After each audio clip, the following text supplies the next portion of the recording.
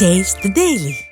திருப்பூர் செட்டிப்பாளையம் பகுதியில் 11 பேரை வெறிநாய் துரத்தி கடத்த சம்பவம் அதிர்ச்சியை ஏற்படுத்தியுள்ளது. திருப்பூர் மாநகராட்சியில் சுற்றித் திரியும் நூற்றுக்கணக்கான தெருநாய்கள் தினமும் பல பேரை கடத்தி குதறுவதும் வாகனங்களின் குறுக்கே ஓடி விபத்து ஏற்படுத்துவதும் தொடர்கதையாக உள்ளதாக கூறப்படுகிறது. இந்நிலையில் செட்டிப்பாளையம் பகுதியில் கடந்த 2 நாட்களில் குழந்தைகள் முதல் பெரியவர்கள் வரை 11 பேரை வெறிநாய் கடித்து குதறியுள்ளது.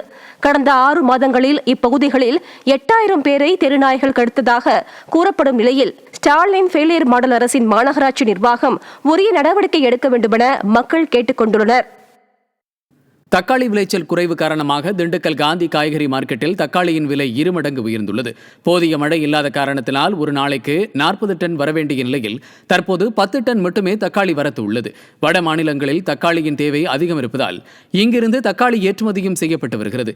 எனவே சென்ற வாரம் வரை 20 முதல் 30 ரூபாய்க்கு விற்பனையாகி வந்த 1 கிலோ தக்காளி தற்போது 50 ரூபாய்க்கு விற்பனையாகிறது. இன்னும் சில வாரங்களுக்கு தக்காளியின் விலை ஏற்றத்துடனேயே காணப்படும் என வியாபாரிகள் தெரிவித்துள்ளனர்.